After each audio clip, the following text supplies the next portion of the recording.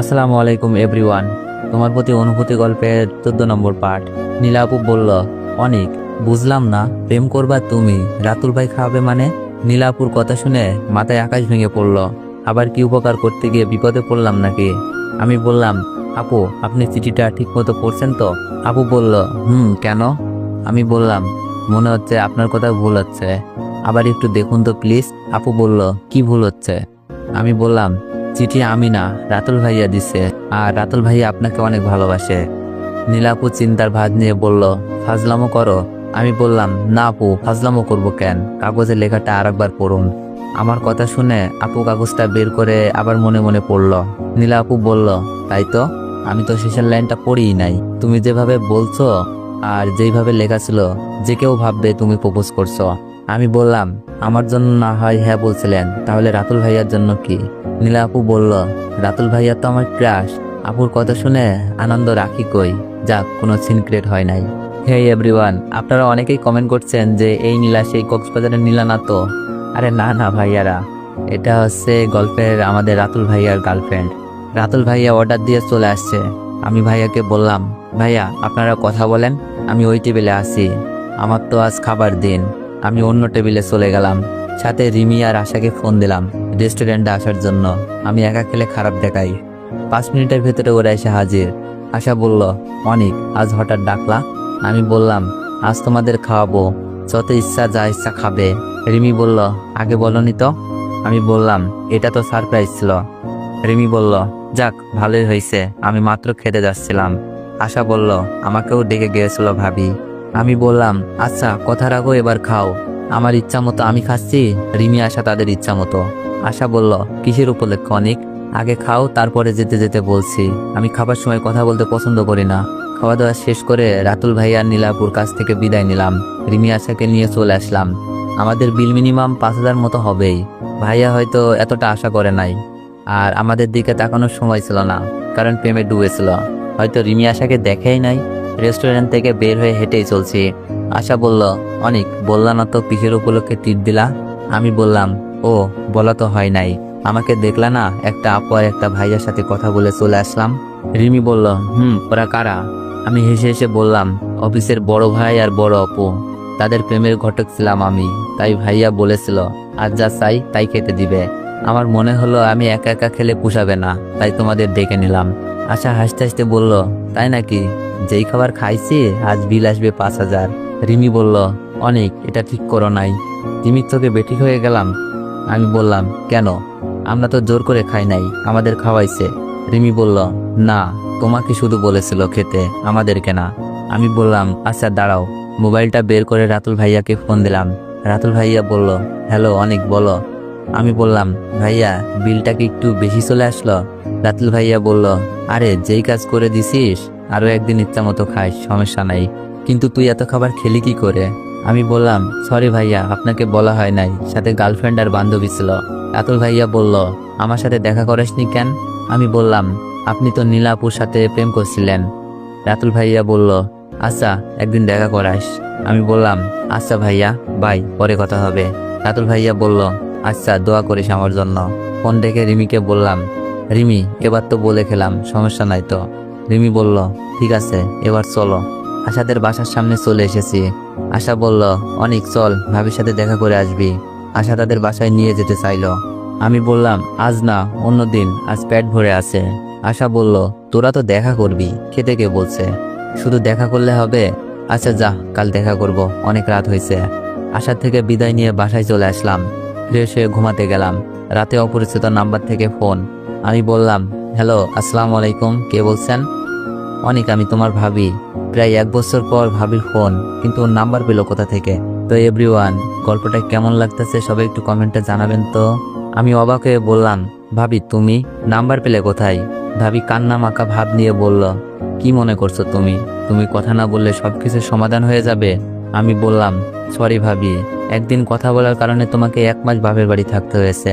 আমি চাই না আমার জন্য আর কোনো সমস্যা হোক। না অনেক, এখন সময়টা আগের মতো নাই। পরিবারের সবাই যেন নিস্তেজ হয়ে গেছে, কেউ কারোর সাথে কথা বলে না, খুব দরকার ছাড়া। ভাবির কথাগুলো কান্না মাখা কণ্ঠে শোনা যাচ্ছে। একটা সময় ছিল আমাদের পরিবারটা হাসি খুশিতে মেতে থাকতো। কেউ কখনো মন খারাপ করে থাকতে পারে নাই, কেউ না কেউ মন ভালো করে দিত। আমি বললাম, কেন ভাবি, এমন পরিবর্তন কেন? কথাটা বলতে চোখ থেকে কয়েক ফোঁটা পানি গড়িয়ে পড়ল। ভাবি বলল, কেন জানো না, মিথিলার মিথ্যা অভিনয় হয়তো আম্মু আব্বুর মুখে রাগ হয়েছে, কিন্তু মন থেকে ঠিকই বলছে আমাদের ছেলেটা এত খারাপ না। ভাবি হয়তো সত্যি কথা বলছে। আমি বললাম, হতে পারে। আম্মু কেমন আছে আর আব্বু? ভাবি বলল, আম্মু শরীরটা তেমন ভালো না, আজই ডাক্তার দেখিয়ে আসলাম, প্রেশার বেড়ে গিয়েছিল। ভাবির কথা শুনে আম্মুর জন্য মনটা কেঁদে উঠল। কান্নামাখা কণ্ঠে বললাম, আম্মুর যত্ন নিও আর আব্বুর খেয়াল রাখো। ভাবি বলল, অনেক বাসায় চলে আসো, হয়তো সবাই তোমাকে মেনে নিবে। আমি বললাম, না ভাবি, মেনে নিলেও মিথ্যা অপবাদ নিয়ে বাসায় যাওয়া সম্ভব না। আমি চাই না আমার চরিত্রের দাগ নিয়ে বাসায় থাকতে। ভাবি বলল, অনেক তুমি কি আর ফিরবা না? আমি বললাম, ফিরবো তো, তবে সম্মান নিয়ে। ভাবি বলল, আচ্ছা অনেক, তোমার কোনো সমস্যা হচ্ছে না তো খাওয়া দাওয়ার? আমি বললাম, না ভাবি, সবকিছু খুব ভালোভাবেই চলছে। ভাবি, এখন রেখে দাও, কেউ দেখলে সমস্যা হবে। কথাটা বলে মোবাইলটা রেখে দিলাম। সকালে ঘুম থেকে উঠেই কলেজ, তারপর অফিস, আবার বাসা, এভাবেই চলছে দিনকাল। খুব ভালোই চলছিল। মাঝে মাঝে আম্মু আব্বুর জন্য মন কেঁদে ওঠে। এত অল্প বয়সে এত বড় একটা অপবাদ নিয়ে বাড়ি থেকে বাইরে বেঁচে থাকাটা হয়তো অনেক কষ্টের হতো, কিন্তু ঘটনাচক্রে আজ রিমিদের বাসা থেকে সবকিছুই পাচ্ছি। আঙ্কেল আন্টি নিজের ছেলের মতো ভালোবাসে, আর রিমির কেয়ার, সবকিছু মিলিয়ে খুব ভালোই আছি। জানি না এই ভালো থাকাটা আর কতদিন থাকবে, কারণ রিমি আমাকে ভালোবাসে, আর আমিও দিন দিন রিমির প্রতি দুর্বল হয়ে পড়ছি। আমি না, আমার মনে হয় যে কেউ রিমির ভালোবাসার মূল্য না দিয়ে থাকতে পারতো না। এত ভালোবাসা, এত কেয়ার একটা সত্যিকারের ভালোবাসার ইঙ্গিত দেয়। তবে রিমিকে নিয়ে খুব ভয় হয় মাঝে মাঝে, যে আবেগ দেখিয়ে ফেলে। চিন্তার বিষয় হলো, যদি কোনো কারণে রিমি আমাকে না পায় বা আঙ্কেল আন্টি এই ব্যাপারটা না মেনে নেয়, রিমি না উল্টাপাল্টা করে বসে। আর আঙ্কেল আন্টি আমার সাথে রিমির ব্যাপারটা আসলেই মেনে নেওয়ার মতো না। হয়তো যে কোনো বাবা মা তার মেয়েকে এমন ছেলের হাতে তুলে দেবে না, এই ভয় নিয়ে সব সময় পার করছি। দেখতে দেখতে চলে গেল আরো কিছুদিন। সামনে এইচএসসি পরীক্ষা, মানে আর 15 দিন। প্রিপারেশন আলহামদুলিল্লাহ অনেক ভালো। আমাকে অনেক ভালো করতে হবে, নিজের পায়ে দাঁড়াতে হবে, রিমির যোগ্য হতে হবে। রিমির ভালোবাসার মূল্য হয়তো এভাবেই দিতে হবে, কারণ আবেগে ভালোবাসা হয় না। নিজের পায়ে দাঁড়াতে পারলে, ভালো কিছু করতে পারলে হয়তো আঙ্কেল আন্টিও আমাকে মেনে নিতে পারে। আর আমি কখনো আঙ্কেল আন্টির কথার বাইরে যেতে পারবো না। না জানি কোনোদিন বলতে পারি কিনা আমি রিমিকে ভালোবাসি, বিয়ে করতে চাই। আমি যখন মাধ্যমিক পরীক্ষা দিই, আম্মু আমার পাশে রাত 1টা পর্যন্ত বসে থাকতো, চা কফি বানিয়ে দিত, আর ভয় পাবো বলে আমার রুমেই শুয়ে থাকতো। খুব মিস করি সেই সময়টা, হয়তো আর ফিরে আসবে না। রাতে ভাবিকে ফোন দিলাম, আসসালামু আলাইকুম ভাবি। ভাবি বলল, ওয়ালাইকুম আসসালাম, কেমন আছো অনিক? আমি বললাম, ভালো না, আম্মুর কথা খুব মনে পড়ছে।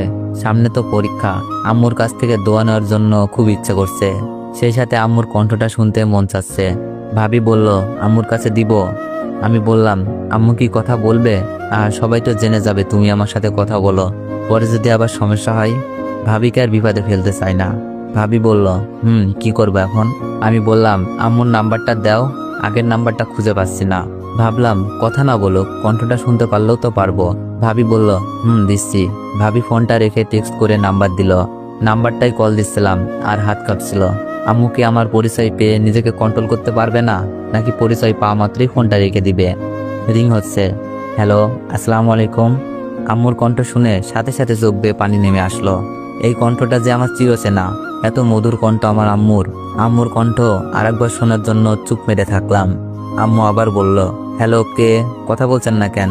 আম্মু, আমি অনিক, কেমন আছো তুমি? কান্না না করে আর পারলাম না। কে অনিক? আব্বা আমার, কই তুই? কেমন আছিস? কোথায় আছিস? একবারও কি আম্মুর কথা মনে পড়ে নাই? তোর জন্য বাবা আমার কি কষ্ট, তোর জন্য আমার চোখের পানি জোয়ান নামে। বাবারে কাউকে বলতেও পারি না, বুঝাইতেও পারি না। তোর মুখে মা ডাক শোনার জন্য মনটা ব্যাকুল হয়ে আছে। তোর কোনো খবর পাই না। এতদিন পর মাকে মনে পড়লো। আম্মু আমার পরিচয় পেয়ে হয়তো নিজেকে কন্ট্রোল করে রাখতে পারে নাই, আম্মুর সাথে সাথে কেঁদে দিল। আমি বললাম, আম্মু, আমি তোমাকে যতবারই কল দিতে গেছি বুকের ভিতরে ভয় করতো। না জানি আমার ফোন পেয়ে তুমি বিরক্ত বোধ হও।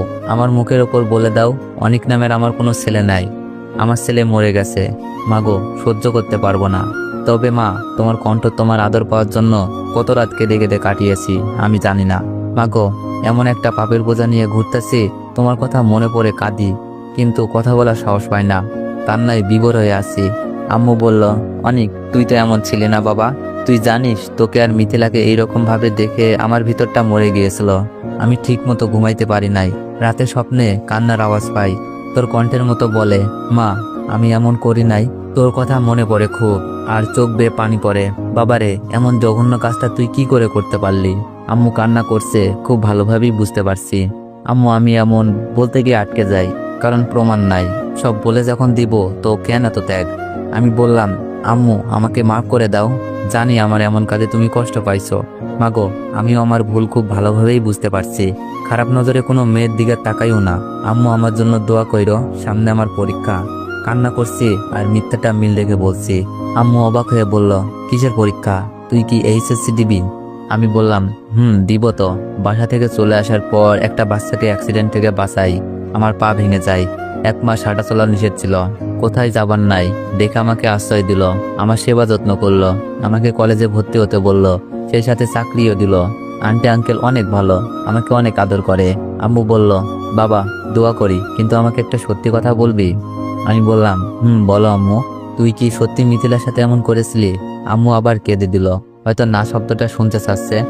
আমি বললাম, আম্মু এখন এসব বলার সময় না। কোনো একদিন হয়তো সবকিছু শুনতে পাবা। তবে একটা কথা বলি, আব্বুকে বইল না আমি ফোন দিয়েছিলাম। আব্বু অনেক কষ্ট পাবে। রাখি মা, আর আমার জন্য কেঁদো না। খুব ভালোই আছি। আর কোনটা সত্য কোনটা মিথ্যা সব তো চোখের সামনেই দেখলা। কথাটা বলে ফোনটা রেখে দিলাম। পরীক্ষা চলে আসলো। আম্মুর সাথে মাঝে একবার কথা হয়েছিল। আম্মু শুধু সত্যটা জানতে চাই। হয়তো ভাবি সবকিছু বলে দিছে, আর আম্মুর মনে সেগুলো জায়গা করে নিছে। আর আম্মু যে আমার কণ্ঠ স্বপ্ন শুনতে পাই, কেন জানেন? এটার একটা বৈজ্ঞানিক ধারণা আছে, না বলি। খুব ভালো লাগছিল আম্মু আমার প্রতি এমন ধারণা করার জন্য। পরীক্ষা দিচ্ছি, খুব ভালোভাবে পরীক্ষা শেষ করলাম। প্রতিটা পরীক্ষায় অনেক ভালো দিয়েছি। এখন শুধু রেজাল্টের অপেক্ষা। ফ্রি টাইম পার করছি। পরীক্ষার পর আসা আমি আর রিমি অনেক জায়গা থেকে ঘুরে আসি। রুমে শুয়ে আছি। আন্টি আমাকে বলল, অনেক বাবা তুমি একটু বাসায় থেকো। রিমির মামাতো ভাই জাপান থেকে আসছে, আমরা রিসিভ করতে যাচ্ছি। রিমির মামা? কেউ কোনোদিন বলে নাই রিমির মামা আছে। রিমি তো বলছিল রিমির মামা নেই। তাহলে? আন্টি বলল, ও তুমি অবাক হচ্ছ? রিমির মামা তো অ্যাক্সিডেন্টে মারা যায়। রিমির মামাতো ভাই লেখাপড়া করার জন্য জাপান থেকে যায়। অনেক বড় চাকরি করে সে। আন্টির কথা শুনে বুঝলাম মামা মারা গেছে, তাই না বলেছিল রিমি? আমি বললাম, আচ্ছা আন্টি রিমি যাবে? আন্টি বলল, রিমি তো অবশ্যই যাবে। রিমির সাথে হৃদয়ের বিয়ে। রিমি যাবে না? আন্টি এটা কি বললা?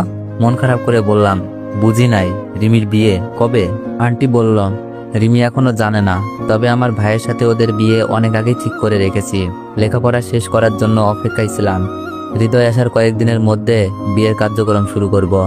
রিমি তো কোনো কিছুই বলে নাই। ভেতর থেকে কান্না বেরিয়ে আসছিল। রিমি কেন আমাকে মিথ্যে ভালোবাসলো? আন্টি বলল, না রিমি কিছুই জানে না, তবে রিমি হৃদয়কে অনেক ভালোবাসে। আন্টি হাস্যোজ্জ্বল মুখ নিয়ে চলে গেল। আমার চোখ বেয়ে পানি পড়ছে, সাথে নানান প্রশ্ন। তো এভরিওয়ান, নেক্সট পার্ট চাইলে একটু বেশি বেশি কমেন্ট